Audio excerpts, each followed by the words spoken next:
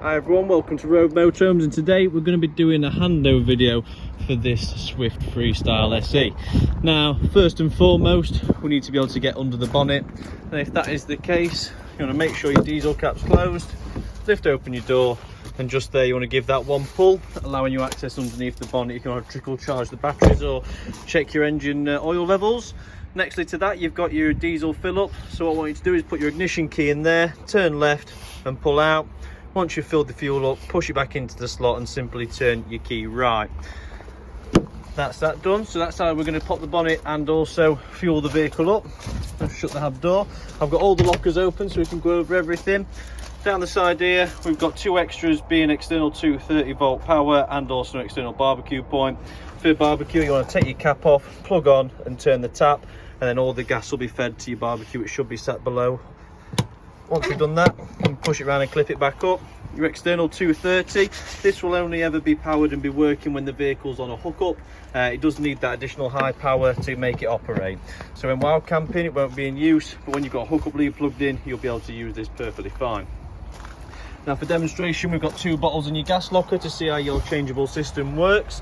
So what you've got, obviously your tie down straps at the bottom, which need to be tying these down when we're driving anywhere, when you get your gas bottles in.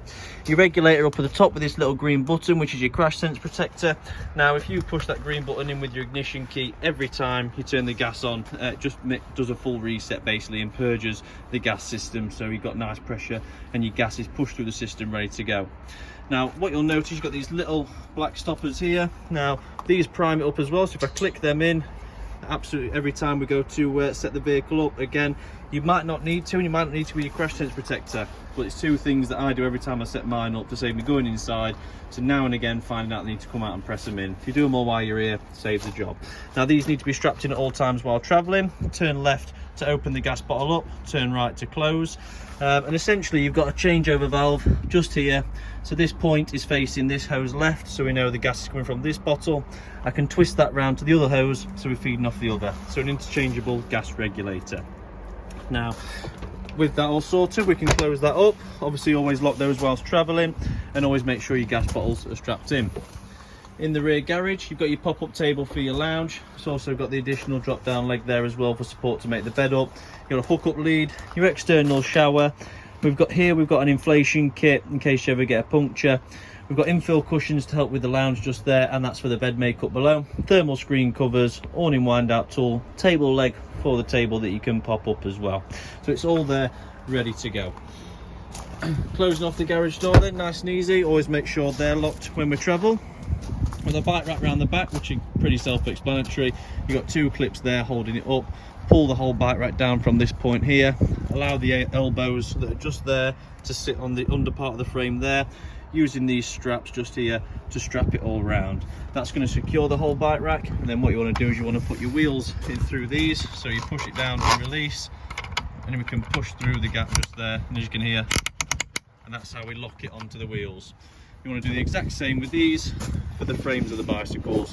So if you untwist one way or the other, can't know which way it is, but it's got the lock on it, that's good as well. But if you unlock that and give it a twist, this mouth will open up, and then simply twist it back to clamp it shut on the frame, and then lock the key at the bottom, locking the bikes in. You've got parking sensors down at the bottom and the back, great for parking, and a reverse camera up at the top.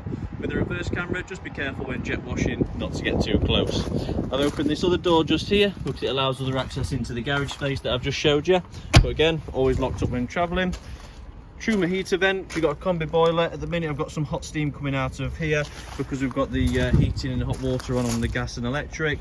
In the winter when you're not using the motorhome, purchase a set of the elasticated overshoes and just cover this up to stop any dust going in there and sitting in while not using the motorhome.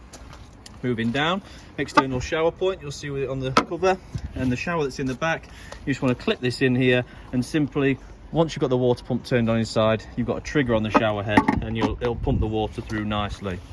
To change the toilet cassette, you'll notice there the orange lever's in the recess. Lift and pull, take the whole cassette with you just like so. When you get to the designated area, twist the orange lever around, open that up. You'll notice that's a measuring beaker as well, so 75ml, 60ml and 120ml. So once we've took the beaker off, you'll tip this forward, getting rid of anything in the toilet cassette. You'll then put the amount of blue liquid you require into the cup, tip that into the cassette like so, fasten it on by screwing it, push it back around, and by holding this handle, lift and place it straight back in, and just wait till you see that clip behind. Once that's clipped behind, that is your toilet cassette emptied and changed. You'll notice 2 pipes below. That is your fresh and waste drain off valves. They're electronic valves, so operated from inside, but this, so where the blue is where you're going to drain your fresh water out, and where the grey is where your wastewater comes out. Just here is where we fill the water up. Simply put a hose pipe in, push it in far enough so it holds itself in, and then go inside and watch on the control panel how much water you've got in. And finally, you've got your hookup points. This is where we plug the vehicle in to charge the batteries, and it's also there to power your high-powered systems such as your combi boiler, your fridge, your worktop sockets, and various other high-powered systems you're going to find in this vehicle. Now that's the external side of the handover done. I'm going to clip the video now and we'll move inside.